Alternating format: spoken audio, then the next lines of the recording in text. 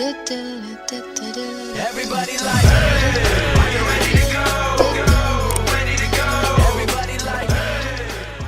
Alright, what's good y'all? Soul here, and welcome back to my story mode. So, for those of you who don't know me, hi, hello, what's going on? My name is Soul, usually referred to as Soul Story Mode, as made prominent on my main channel, Soul Story Mode, where we do any and all kinds of Pokemon related content. If that's something that you're interested in, go ahead and check that out over there.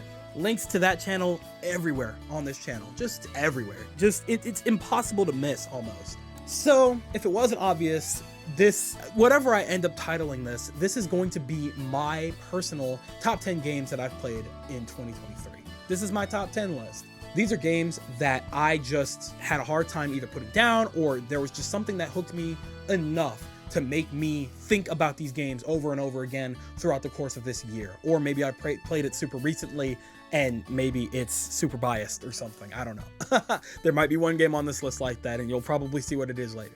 But before I get into my top 10, I want to throw in some honorable mentions of games that didn't quite make the cut, but I wanted to mention anyway because I had such a good time with them regardless, okay? Starting with Pikmin 4. Pikmin 4 was good. It was super good, right? And the only reason that I didn't make this list, that it didn't make my top 10 this year, is because I didn't really feel justified putting it up there when I didn't even finish it, right? And the only reason that I didn't finish it was because I was very burnt out on Pikmin without even realizing that that was happening. Because I played through all of the games in the span of a couple of weeks, like 2 weeks or something like that. And then Pikmin 4 came out and it was awesome. It was fun, but I burned out. And I have not finished the game since it came out, and I'm still just sitting there right at the end. It's waiting for me to finish it, and I just haven't gone back yet. And that's on me, that's my own fault. But I do feel like it deserves that mention because it was a phenomenal game and an amazing time. Second game on this list, it's hard to call it its own game because it is a DLC, but Sonic Frontiers: The Final Horizon. Just a couple of months back, they released this big DLC for Sonic Frontiers that kind of makes up a reimagining of the ending of the original Sonic Frontiers, right? And it's a really big update. It has a lot of its own content. It's like 5 to 6 hours worth of crazy ass content, and it's super awesome. Like, I love the story of Sonic Frontiers, so just being able to add on to that, on top of being able to play as just characters that I've come to love throughout the years, Knuckles, Amy, Tails, being able to play as them and run around in that open zone and stuff like that, awesome. I loved that, right? Everything about that was awesome to me. However, the problem is that it still wasn't polished. I mean, much like Sonic Frontiers, it's you know, it was a little unpolished, and you know, that's okay. You know, I didn't really expect it to be crazy polished, even though they did have a year on it, but either way, it was still a good time and everything like that. However, the one thing that frustrated me was one of the challenges that made me heavily question if I was even having fun at that point, because there were certain things in that DLC that they added that were not meant to work in that way. Does that make sense? So, long story short, it was good, and I had a good time, and I'm glad I have it. And I'll probably play through it again at some point, probably for some long retrospective on it at some point on this channel. But, you know, it was short, and it was a little rough. It was on the rougher side, okay? But, other than that, it was a great time, but not top 10 of 2023 good time. So, just wanted to bring that up.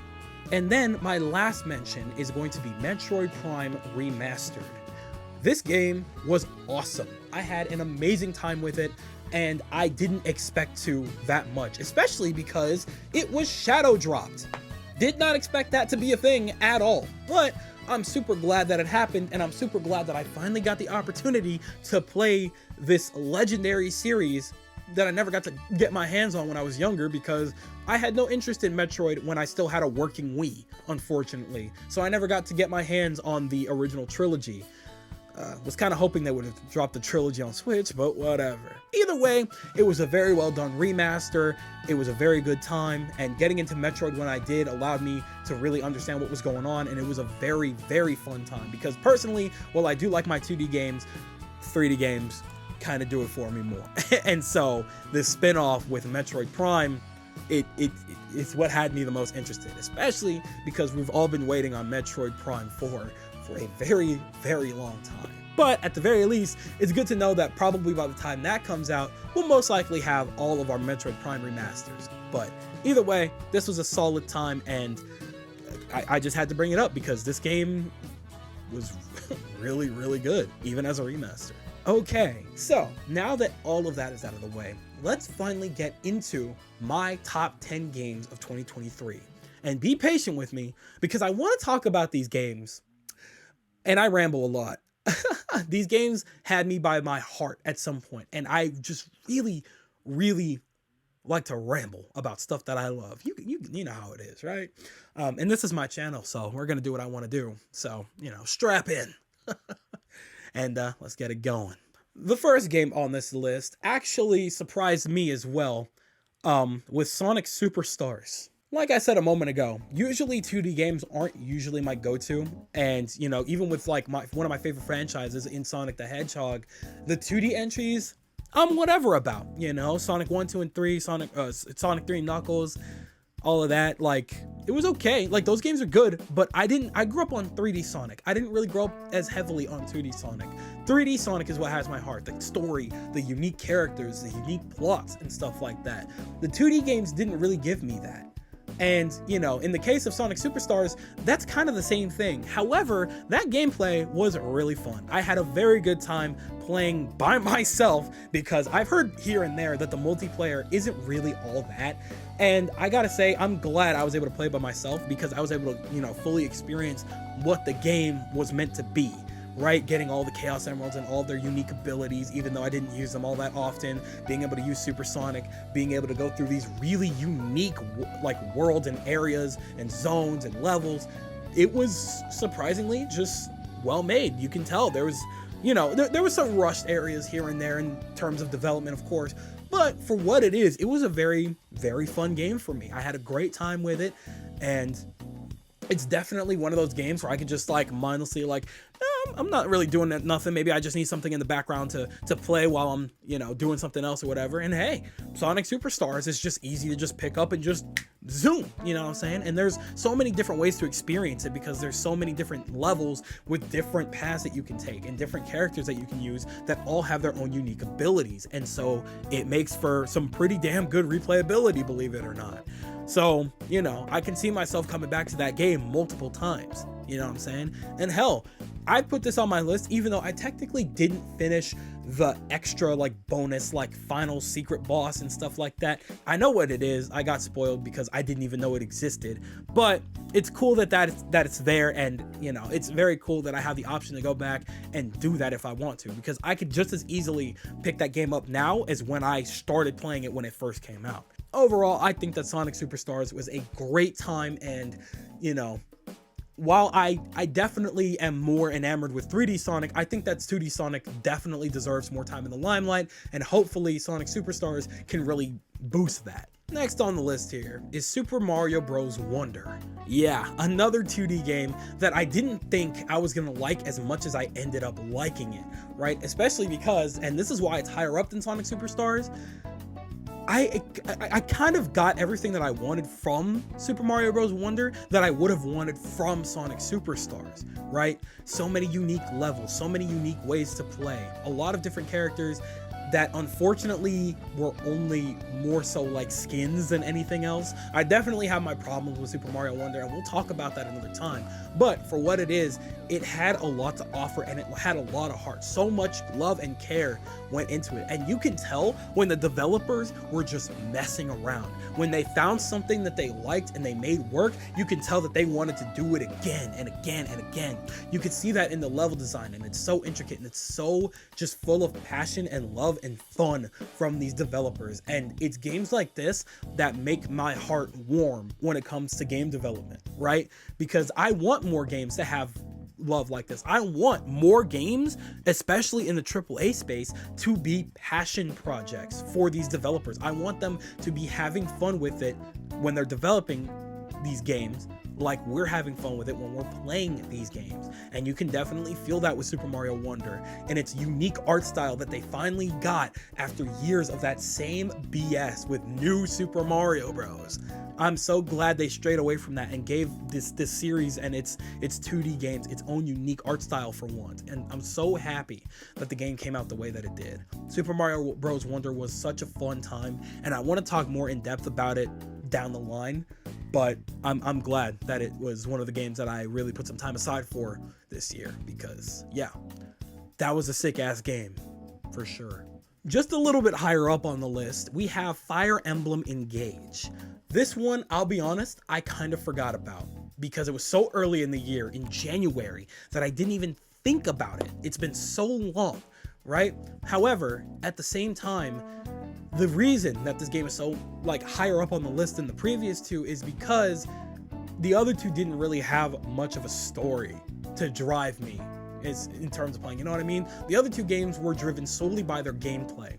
And if you know me, you know that story is a very heavy driving force for me. Now, here's the thing. The story wasn't insane in Fire Emblem Engage, right?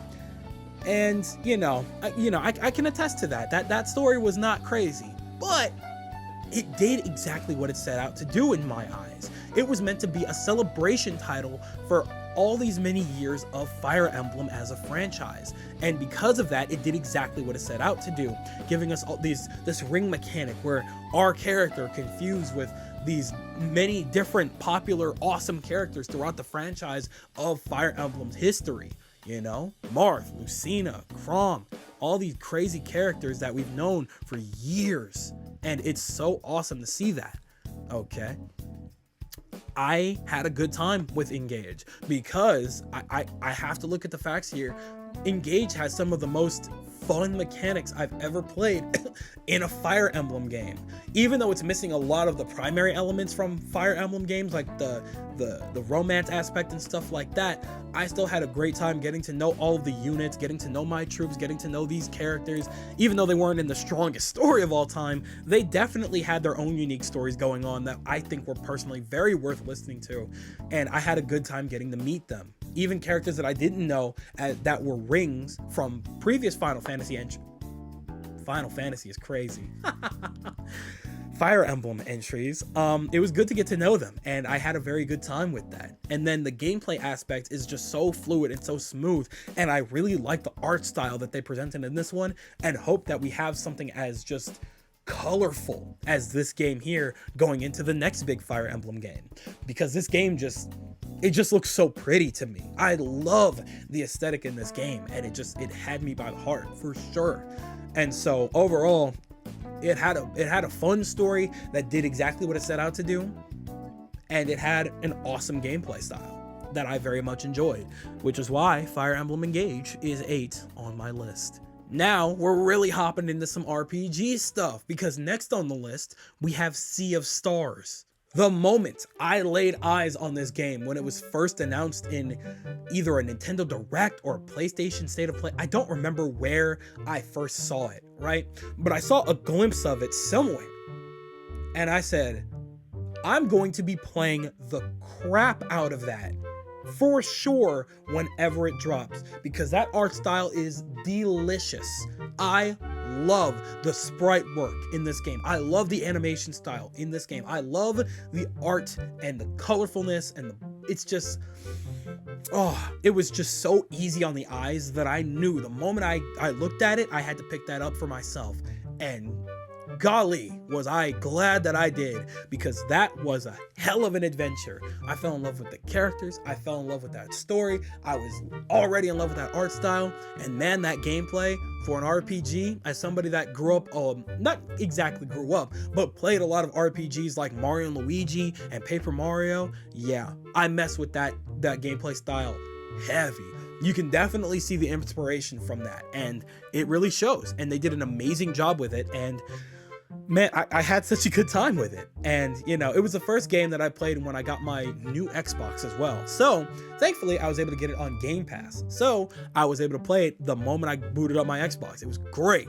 And so Once I started playing that, that was it. I was locked in, and that game was a phenomenal time. My friends had a very hard time getting me off that game, trying to play like Fortnite or something.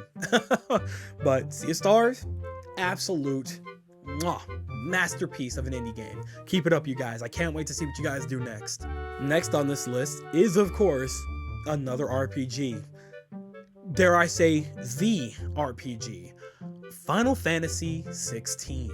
I wasn't sure how interested in this game I was going to be, but I knew that every time that I picked up a Final Fantasy game, I was locked in and I was enamored. Kingdom Hearts is my favorite franchise, so getting into Final Fantasy for me was extremely easy. So when I saw that Final Fantasy 16 was on the horizon, I'm like, well, you know, we did just get Final Fantasy 7 Remake, and then before that, Final Fantasy 15. I love them both to death, you know, and I just had to see what was going on with 16. And the closer that we got, the more impatient that I got. And when I got my hands on it, it did start a little slow. I'll be honest. Like, it was very interesting, right? Like, I started slow, and it was, you know, it was taking its time, really introducing characters and its world and everything like that. But then the ball just dropped. Certain things happened in that story, and things just got going. And I was like, whoa, all right, we're locked in then.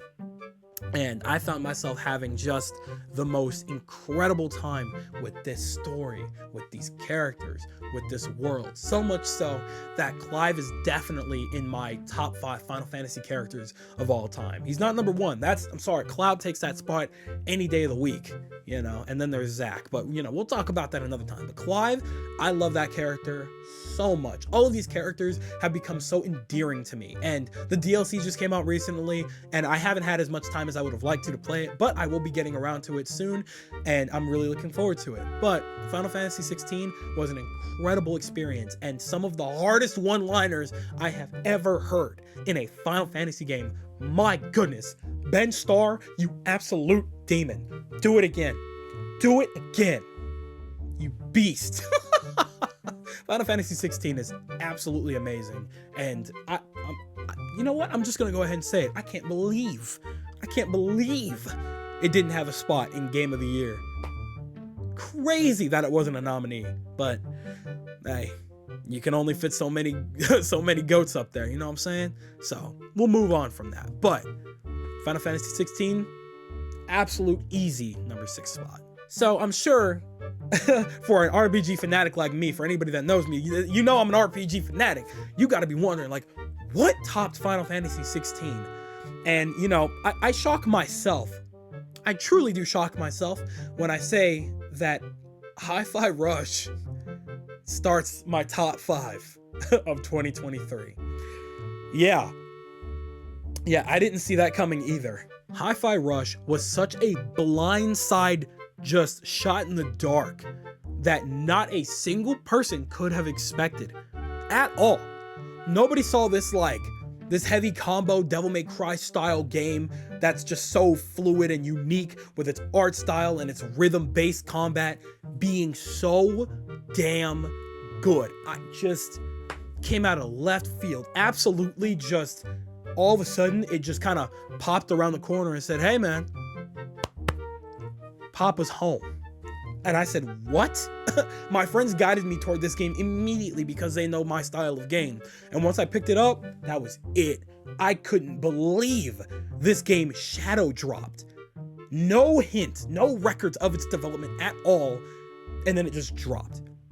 That's insane to me. And it ended up being one of my absolute favorites. That combat is so slick and so smooth.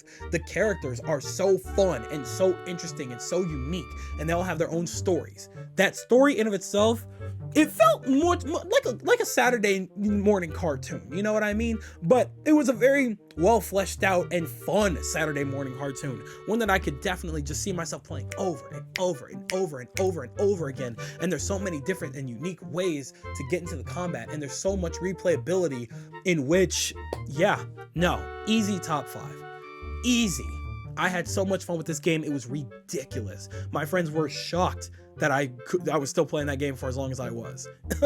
Yeah, HiFi Rush was so awesome, and I can't wait for the next playthrough, and I hope I hope we have something maybe within that world. I don't know if I'm ready for a sequel to that specific game yet, but maybe something within that world I think could be really, really cool.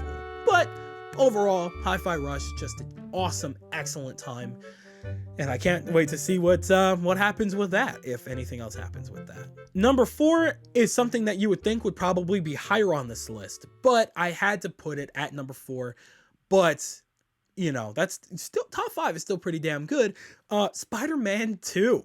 Despite everything that's going on with that community, I'm not like, I don't know about all that. That stuff is crazy. The arguments about Game of the Year, no. I mean, I loved Spider-Man 2. But, you know, we'll talk about that another time. But the long and short of it is, Spider-Man 2, for what it was, in my eyes, was incredible. I had such an amazing time locked in the first few seconds that I had that game available to me. The moment that game opened up for me to play, I was in there, right? My friends were texting me like, "You still on?" I'm like, "Hell yeah, I'm still on." This game is it right here, man. It was such a good time being able to swing through New York again as 2 different Spider-Men.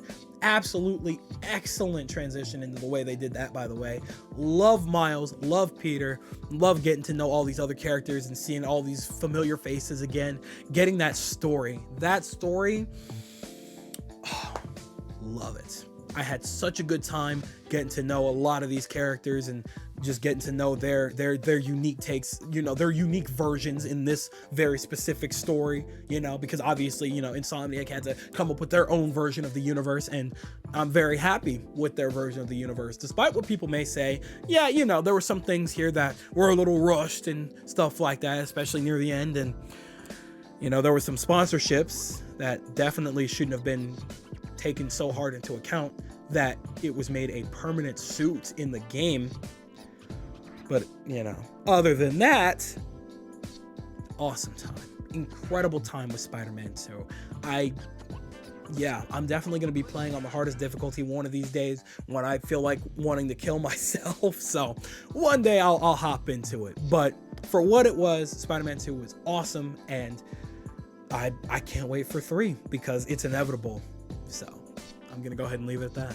What I didn't expect to make this list, ironically, another DLC, especially this high up, Cyberpunk 2077 Phantom Liberty. I have a hard time putting into words how that DLC made me feel, right? It was like I was watching just an epic, just a badass movie, just all of the set pieces, all of the characters, and their godlike voice acting. Idris Elba, you demon, bro. You demon. You absolutely deserve that nomination for Best Voice Actor this year, because, oh my goodness, they did an incredible job with that writing. That story was godlike. Man, I'm so glad that I restarted Cyberpunk 2077 when I did, right before the DLC came out, so that when I got to the DLC, I was playing on a fresh account, and it made all the difference in the world. It was awesome. It's so hard to put into words. It was so good. It was so awesome. It was so polished, and there was just so much to enjoy, right? Especially with the new update that pretty much changes the way that you upgrade yourself in that game. That it made, I was locked in. I know I've said that a lot, but with Phantom Liberty, I was in there.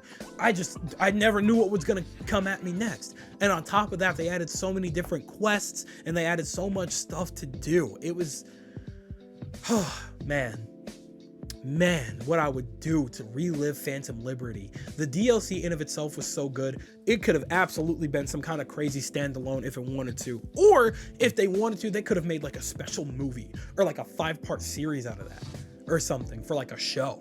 Like, it was just that good. It was just that good. And I'm one of the ones, maybe I'm biased, right? Because I'm one of the ones that enjoyed Cyberpunk when it originally came out. I loved it from the get-go. Okay, so despite all of its original flaws and stuff like that, even if it's not 100% polished to absolute perfection, for what it is, it's incredible. And I highly urge anybody that hasn't played the DLC to go do so as soon as you absolutely possibly can, because that DLC was worth every freaking penny and I'm absolutely going to be going through it every single time I replay 2077, which is going to be a lot, by the way. All right, so just putting that out there. Phantom Liberty absolutely deserves a spot in my top 10 games this year, even if it is just a DLC. It's big enough to be its own thing. Absolutely. The next game on this list could be chalked up to recency bias in a way, right? But at the same time, not really, right? Because if you know me, you know that I love Persona. And so it was very obvious that Persona 5 Tactica was going to take number 2 on this list, even if I didn't expect it. P5T's story was so damn good. I did not expect to get that hooked on it, right? Because I've played, you know, other spin-offs of the other games and stuff like that, and they were okay. You know, they were good. Persona Q, Persona Q2, they were very fun. They were very cute. P5T had me. That game had me. I did not expect to like that story more than I liked Persona Q's 1 and 2, to like it more than Persona 5 Strikers. That story absolutely clears all of the other spin-offs for me by a long shot. On top of that, all the mechanics and just everything about it was just so much fun. I'm probably going to get ready to play through it a second time very soon, to be honest with you, because I didn't realize that the DLC allowed for you to gain content and access to content for the main story. Did not know that was going to be a thing, and that kind of changes everything for me. So yeah, that's absolutely going to be a thing when I play through it again, because that game was so much fun. The tactical aspect of it is very much like Fire Emblem, but it's very different in which it really adds on with the Persona elements, you know, being able to use your personas, being able to have these fun, unique takes on, you know, position switching and stuff like that. They did such a good job with the tactical aspect that I'm not shocked that they called it Persona 5 Tactica, because why wouldn't they? They went in on the tactical aspect and they did a bang up job with it too. So yeah, no, Persona 5 Tactica, Godspeed. Absolute heaven sent of a game, okay? It got me back into Persona in a way that I should be ridiculous. All right, I'm gonna be locked in with this for a minute. But either way, Persona 5 Tactica, easy number 2 on this list. Easy. Do I even need to say what the last game is? Because it's so incredibly obvious. It's so stupidly obvious that Tears of the Kingdom was going to be my game of the year. It was no contest. I knew from the moment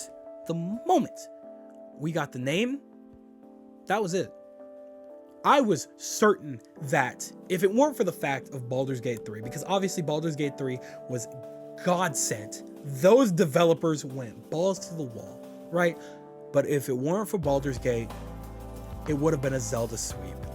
No contest, right? This game took everything that I loved about the first game and just improved upon it, right? There are obviously some aspects that I do love about the first game that I would have liked to see maybe done in a different way in Tears of the Kingdom, but you know, that's like maybe 2% of the game, right? Everything else was done with love, was done with care. And the fact that they gave us not the exact same Hyrule, but they gave us the same Hyrule, but with more. Like, I've never in my life have I been so excited to re-explore a map that I have explored 30 times, not even exaggerating at this point, 30 times over in the original game. It's ridiculous. They did so much with the underground aspect, with the above ground aspect, and with the land of Hyrule itself. It's so different and yet familiar. It's hard not to call it the perfect sequel, right? People can say whatever they want about Tears of the Kingdom. I know most people are talking out of their ass because of the burnout, right? And you know, everybody's entitled to their own opinion, of course, but when it comes to my opinion, even if I did burn out on Tears of the Kingdom, which I kind of didn't, that game is godlike. That game is godlike, and it really helps make this era of The Legend of Zelda my absolute favorite of all time. We'll see what happens with the next era. It is very possible that it could outdo this era, but I don't see that happening. But it's early, so we'll see what happens. But everything that they did with this game in terms of mechanics, in terms of characters, in terms of story, in terms of just general concepts was done so well. And oh my goodness, I'm so excited for my next playthrough. I really am. My next playthrough is obviously intended to get, you know, like footage for like reviews and stuff like that, but I'm so excited for it. It's stupid. It's stupid. I bought a Ganondorf amiibo months after the fact. I saw that Ganondorf amiibo, I picked that sucker up, intending 100% to play through this game so many more times, because Zelda, this game, Tears of the Kingdom, is something else, brother. It truly is something else. It's hard to say anything else about it. Like, man, if it weren't for the fact that I was doing my best to avoid spoilers, you couldn't shut me up about Tears of the Kingdom. Whew. But there's gonna be a day where we talk in depth about everything regarding that game, so stay tuned for that. But I think we'll sit on it for a couple months more. So this is probably gonna be the longest video we have on here for a while, because man, I just had to talk about this, right? I've been wanting to do a proper like top 10 for so long now that it's ridiculous that I haven't at this point. But now that I have this other channel here to do that, I figured why not? I had so many great games to play this year, and so many of them came through in ways unimaginable that I was just excited to talk about them, to just relive for just a couple of moments how fun these games were to me. Because despite what other people may think, you know, despite the grievances and the, you know, the off-puttings of some of these other games, I had a good time. A really good time with all of these games. And I can only hope that going forward, you know, whatever these franchises are, whatever happens next, they just continue to improve, and that they continue to share love and put out just love and care and time into these projects, because this is the kind of games that I want to continue playing for the rest of my life. 2023, phenomenal year for gaming, no doubt about it. And if you disagree, I'm gonna need you to stop playing, you know, 2K and FIFA and maybe the occasional Fortnite by itself, and, you know, start branching out a little bit, because we've had some incredible games this year. Okay, so just do me that favor. But, you know, if you don't want to, you know, that's on you, bud. Have fun. But yeah, I've talked long enough, because this video is gonna be a beast to edit. So I'm gonna go do that now. But before I do, tell me, what's going on over there? What do you think? What is your top 10 games of this year? Okay, do you have a very similar list to mine? Do you have something absolutely completely different? All right, hey, maybe Baldur's Gate is yours. Maybe it's, you know, maybe it's in the top 5. Maybe it's in the top 10. You know what I'm saying? Because I do plan to play Baldur's Gate 3 eventually. You know, I just need a little push. But yeah, now I definitely got that push, so I'll definitely be playing Baldur's Gate eventually. But, you know, tell me all of your guys' top 10s this year. Tell me what games you enjoyed. Tell me what games you've been having fun with this year. You know, maybe it doesn't have to be top 10, top 5, top 3. You know, no pressure. Top 1. What was your favorite game this year? Tell me everything that you guys are thinking in the comment section below, because you know for a fact that I'm always going to be down there with you guys. But with that, it is time, to skedaddle o'clock. I'd like to thank you guys ever so much for watching. I truly do hope you enjoyed. Do me the greatest favor of dropping a like and a comment, and consider subscribing for more content just like this here. And with that, I'm gone. Thanks again, hope you enjoyed, and I'll be seeing you guys in the next video. Do me the greatest favor of taking good ass care, and I'll see you all next time.